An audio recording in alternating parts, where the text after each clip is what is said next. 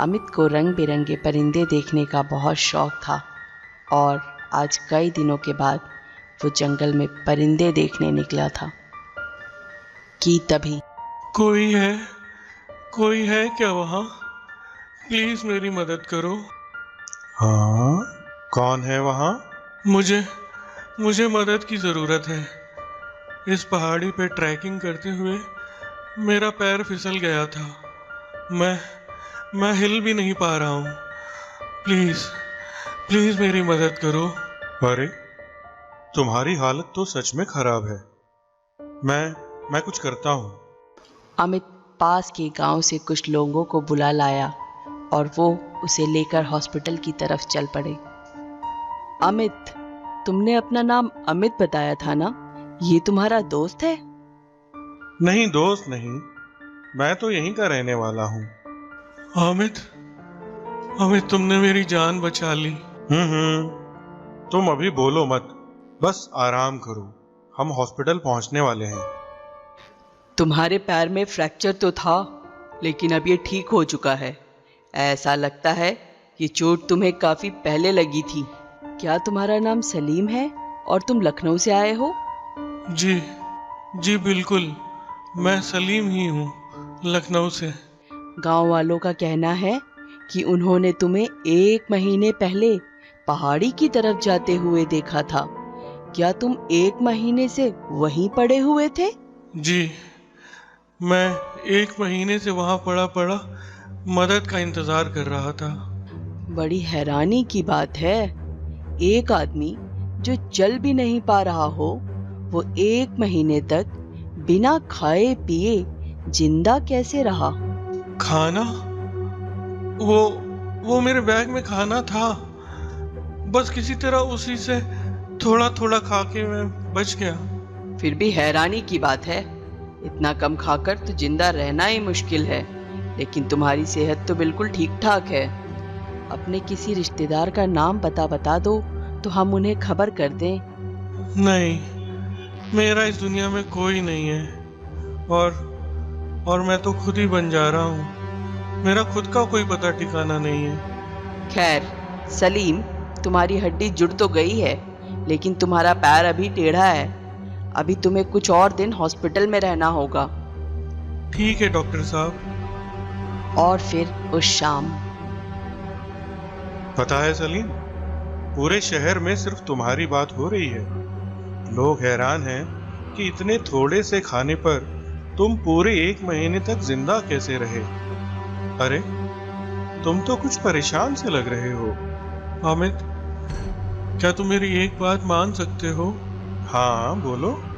क्या तुम आज रात यहाँ हॉस्पिटल में मेरे साथ रुक सकते हो? हाँ, लेकिन बात क्या है? कुछ नहीं, बस तुम रुक जाओ, प्लीज ना मत करना। और सलीम के बहुत जिद करने पर अमित उस रात सलीम के साथ ही रुक गया। मुझे बड़ा अफसोस है कि तुम्हारे माता पिता अब इस दुनिया में नहीं हैं। कब हुआ ये? माँ बाप? मैं तो एक अनाथ आश्रम में पला बढ़ा हूँ। मैंने अपने माँ बाप को कभी नहीं देखा। ओह, मुझे माफ करना, लेकिन तुम अकेले नहीं हो। जब भी कोई जरूरत हो तो मुझसे बेझिझक कह सकते हो। वैसे भी किस्मत ने हमें कुछ सोच के ही मिलाया होगा। चलो, रात काफी हो गई है, अब थोड़ा आराम कर लेना चाहिए। वो दोनों सो रहे थे कि अचानक अमित को एक आवाज ने जगा दिया।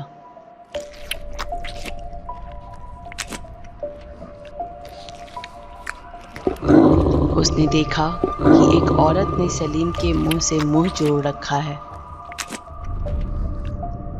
कौन हो तुम? लेकिन इससे पहले कि वो कुछ करता, वो औरत उस कमरे से निकल गई।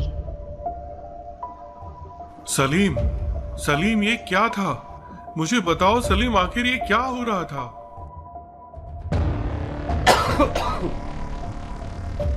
ये क्या है?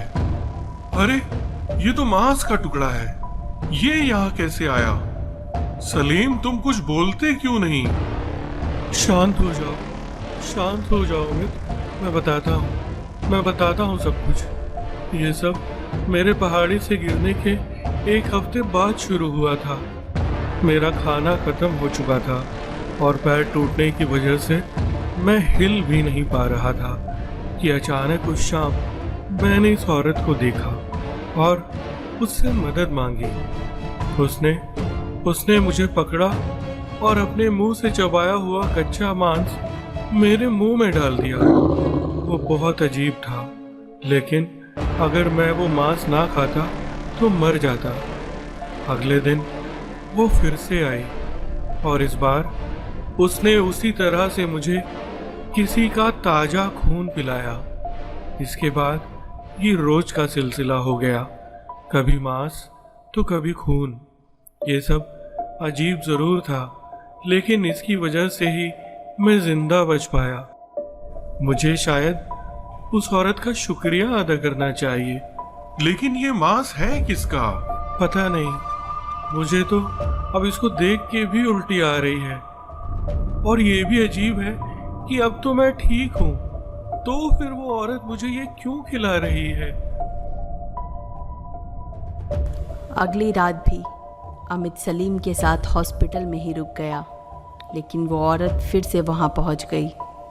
इस बार उसने सलीम के मुंह में किसी की आंख डाली थी।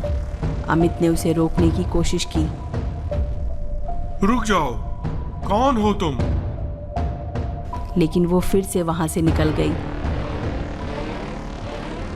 अमित ने उसका पीछा किया और उसे रोकना चाहा, लेकिन वो हैरान रह गया क्योंकि वो औरत एक काली चिड़िया बन के वहाँ से उड़ गई। ये क्या था? कहीं ये कोई सपना तो नहीं? अगले दिन अमित ने इस घटना की रिपोर्ट पुलिस में कर दी और उन्हें वो मांस का टुकड़ा और आंख भी सौंप दिया। लेकिन उस रात के बाद से वो औरत वहां दोबारा दिखाई नहीं दी। और फिर 2 दिन बाद अमित, मुझे लगता है कि वो औरत एक शैतान है, एक शैतानी काली चिड़िया। और शायद वो मुझे अपना बच्चा समझती है, इसीलिए मुंह से मुंह जोड़ के मुझे खाना खिलाती है। सलीम, चिंता मत करो, मुझे नहीं लगता कि अब वो वापस आएगी। अमित, ऐसा पहले भी हो चुका है। मैंने तुम्हें बताया था ना कि मैं अनाथ हूँ। अनाथ आश्रम वालों को मैं एक पेड़ के नीचे मिला था, जहाँ मुझे कोई 10 दिन पहले छोड़ गया था। उस वक्त भी मेरा बचना एक करिश्मा ही था। मुझे लगता है उस वक्त भी इस काली चिड़िया ने ही मुझे खाना खिलाया होगा। पता नहीं आखिर वो है कौन। अगले दिन एक पुलिस वाला अमित और सलीम से पूछताछ करने के लिए पहुंचा। उसने बताया कि आपको जान के हैरानी होगी कि उस औरत ने जो आंख और मांस का टुकड़ा सलीम के मुंह में डाला था वो किसी इंसान का था। और डीएनए रिपोर्ट से हमें यह भी पता चला है कि वो मांस का टुकड़ा और आंख किसी एक ही इंसान का था। क्या? उफ, तो इतने दिनों तक मैं इंसान का मांस खाता रहा। आखिर कौन होगा वो? और कुछ दिनों बाद सलीम ठीक हो गया। सलीम, कुछ सोचा है अब कहाँ जाओगे? कहीं भी जहाँ उस औरत का ख्याल मेरे दिमाग से निकल सके। चलो, जहाँ भी रहो अपनी खोज खबर देते रहना। और सलीम की बस चल पड़ी कि तभी अमित को आसमान में एक काली चिड़िया दिखाई दी। नहीं, ये कैसे हो सकता है? जरूर मेरा वहम है। 1 महीने बाद अमित को सलीम की चिट्ठी मिली, जिसमें उसने लिखा था कि वो ठीक है, लेकिन उस चिट्ठी में उसने उस काली चिड़िया के बारे में कोई बात नहीं की थी। लगता है वो मेरा वहम ही था। वो औरत अब कभी वापस नहीं आएगी। लेकिन कुछ साल बाद मिर्जापुर से एक बड़ी खबर आ रही है। इलाके के चिरमिरी गांव में लोगों को एक नोची हुई लाश विंध्याचल की पहाड़ियों पे एक गुफा में मिली है। मरने वाले का नाम मोहम्मद सलीम बताया जा रहा है। सलीम की पहचान उसके बैग में मिले सामान और उसके डीएनए से हुई है।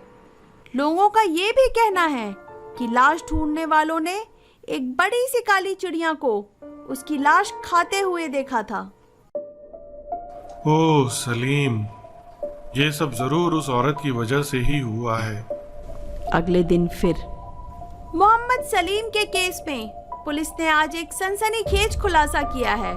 पुलिस का कहना है कि सलीम का डीएनए उस मांस और आंख से मैच कर गया है जो कुछ साल पहले एक रहस्यमयी औरत ने उसे अस्पताल में खिलाया था। लेकिन अजीब बात यह है कि सलीम का एक दिन पहले नोचा गया मांस वो औरत सलीम को 3 साल पहले कैसे खिला रही थी। पुलिस के पास भी इस सवाल का फिलहाल कोई जवाब नहीं है। उफ, भला ये कैसे हो सकता है? ये तो बस एक ही तरह से मुमकिन है। उस औरत का 3 साल पीछे लौटकर मांस खिलाने का मतलब है कि वो समय यात्रा कर सकती है। उसने सलीम को सलीम का ही मांस खिलाया और इसी वजह से सलीम 3 साल ज्यादा जिंदा रहा, वरना वो उसी दिन पहाड़ी से गिरने के बाद मर गया होता। 3 साल की जिंदगी की कीमत उसने इस तरह से मर के चुकाई। क्या भला है ये शैतानी काली चिड़िया। और फिर कुछ दिनों के बाद जब अमित फिर से परिंदे देखने निकला,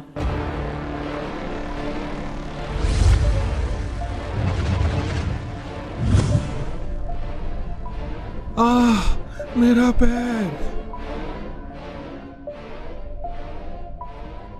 नहीं नहीं नहीं।